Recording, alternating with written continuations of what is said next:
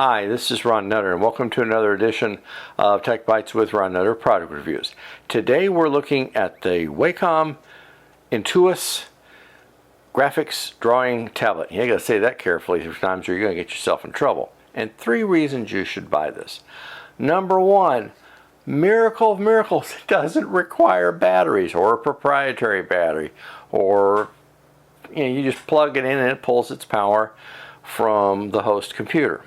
Reason number 2, it works with all software. And I'm using some not so common ones with my Mac laptop when I go to use this for some of the videos that I create there where I've got to do block drawings and flows on, and I can do it quicker with this than I can piecing something together in one of the other apps. Reason number 3, software and training included. The software you download when you get the tablet to make sure you've got the latest, and it may take a reboot or 2 and you may have to adjust permissions a little bit, but once you've got that done, that's when the ball starts rolling. There is training available from Wacom University. It's online. It shows you how to get better use out of your device.